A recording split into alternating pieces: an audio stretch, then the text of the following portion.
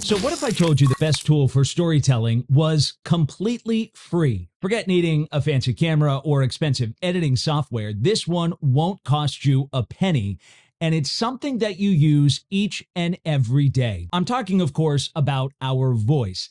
And today we're going to do a deep dive on all things voiceovers. I'm going to give you 5 tips to help take your voiceovers to the next level. Your voice is vital to storytelling. It's what makes your story so uniquely you. And never lose sight of how important that is when crafting a story. Look, voice work can be super intimidating. I know that firsthand. You know, when I was just starting out, I had a boss tell me, "I don't like your voice." Huh? Oh my gosh. Can you imagine how shattered I was in that moment? But let me be very clear. My boss wasn't saying she didn't like the way my voice sounded. More so, she didn't like the way I was using it. She thought I was trying too hard to sound like something that I wasn't. And I got to tell you, she was exactly right, even though at the time I didn't want to admit it. She really challenged me to forget everything that I thought I knew about voiceovers and how they're supposed to sound. And she really got me to focus on what makes my voice so uniquely me. I was doing what a lot of young storytellers do, which is I was putting on the voice. You know what I'm talking about. The voice. You lower an octave a little bit. You try to sound more authoritative, more assertive. You think this is the sound that you should be projecting. And I think a lot of young storytellers often fall into this trap. They think they have to sound a certain way. And I got to tell you, I was guilty of doing that exact same thing. I thought that's what you were supposed to do. After all, every time I go put on television, the guy always has this deep voice. And I tried to emulate that. That was such a mistake on my part. And it took me far too long to learn that lesson. So believe me when I tell you, I understand how challenging voiceover work can be. Super intimidating. But once you get it right, oh, I got to tell you, your stories are just going to soar because of it. All right, let's get into the tips. And I'm going to give you an honorary mention right off the top. This one doesn't even count because it's so simple. Get some water right before you do your voice track. I cannot tell you how different your voice will sound after you take a sip of water, especially if it's cold water, right before you're about to lay track. It sounds 10 times better. That's just an honorary tip. That one doesn't really count, but always keep water with you when you lay down your voice tracks. Trust me, you'll be thanking me. So the first tip has to do with something called cadence. What is cadence? That is a great question. Cadence is really all about your vocal inflection. It's the shape that you're creating with your vocal performance. So you're emphasizing certain words to change up the flow of your sentence. It really boils down to the rhythm that you're creating. And so you'll use your voice to try to change those vocal inflections. You're slowing down, you're picking it up, you're emphasizing certain words. That is cadence. And on that note, don't be what I like to call sing-songy, where you get into a formulaic rhythm where every sentence more or less sounds exactly the same, even if you're changing up the words. Your vocal cadence is still the same in every single sentence. That is very boring. Change it up when you're doing voice tracks. This is vocal cadence. You see how I'm emphasizing certain words? I'm not emphasizing others. I pick it up. I could slow it down. That is cadence. That's the rhythm that we're creating with our voice. Do yourself a favor whenever you're recording voice tracks, do the same tracks multiple times with varying inflection points, change up your cadence, and allow yourself in the edit to have multiple options to pick from. And you'd be surprised at which takes you end up using. Trust me. Okay, tip number 2 has to do with diaphragmatic breathing. We don't want to be pushing out the words right through our throat. Actually, we want to be pushing it out through our diaphragm.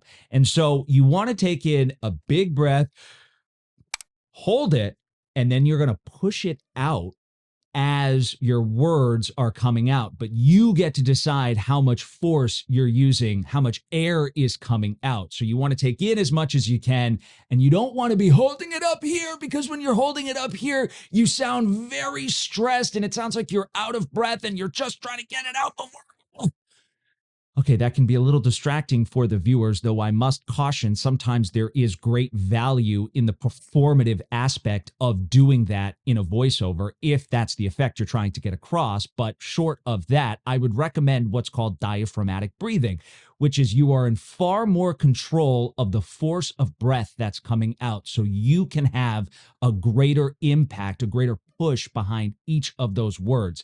Not to mention, you limit how often you're having to slow down, catch your breath because you've taken in so much. So it just sounds so much more natural to your audience, to your listener, because they're not constantly hearing you go. That could be a little distracting. Diaphragmatic breathing makes your words so much stronger. I don't know the science behind it. I'm just telling you, it works. Okay, tip number 3. You might think this one's a little out there, but I'm telling you, this one really helps. So you're looking at your voiceover tracks that you have to lay down. You're looking at your script, and maybe you go line by line, which is a great strategy to use. But here's what I would recommend. Write in a scratch track or two right before the line that you really care about and record that all in one take. So what you're doing is you're giving yourself a longer runway so your voice can warm up and get into that cadence, get into that rhythm. So by the time we hit the words that we really care about, this ball's already moving. So we'll give ourselves a couple of sentences that ultimately we'll just throw away in the editor, but it's allowing our voice to warm up. It's getting us more in the mood. So by the time we actually get to the words that count, the words that are going to end up in our final product, well, our voice is already warmed up and ready to go. It's the same exact thing as when you go to play a sport. Let's say you play basketball. You wouldn't just show up to the gym and go right into the game. You just got to get your body ready before you go and play the game. This is the exact same strategy,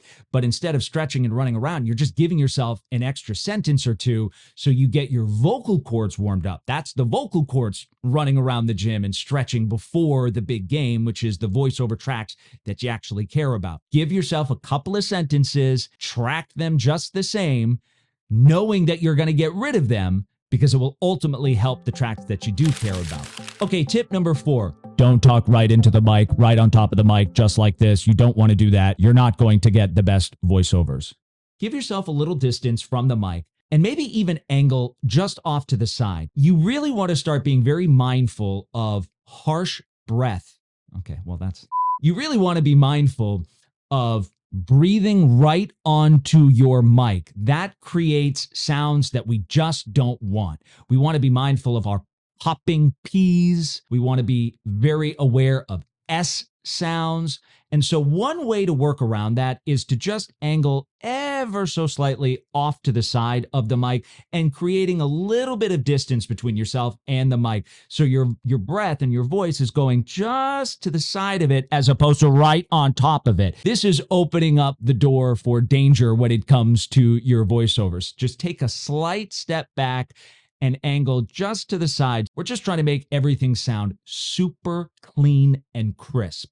Okay, our final tip is tip number 5. I got to move for this. Okay, my final tip. Stand up when you do your voiceovers. Standing up helps get the oxygen moving. It helps get you moving. One of the biggest lessons people need to understand is you're not just reading words on a page. You are trying to bring these words to life. You know what I like to do? I like to laugh if the script calls for it. I like to emote. Standing up allows you to be more performative. It allows you to emote more. It allows you to use your whole body as you are trying to bring these words to life using nothing but your voice. Put your whole body into it. Your voiceovers will sound so much better. Stand up. Your voice is what makes your stories so uniquely you. And in a world full of content for you to absorb, the best thing you can do for an audience is separate yourself from the rest of the pack. That's the secret sauce. That is the key to better storytelling. So shake it out. Get out of your head. Don't worry about feeling like you're going to sound weird. I know how intimidating voiceover work can be, but your stories are so much better off because you are telling it. So don't shy away from your voice. Get on the mic. Let's go.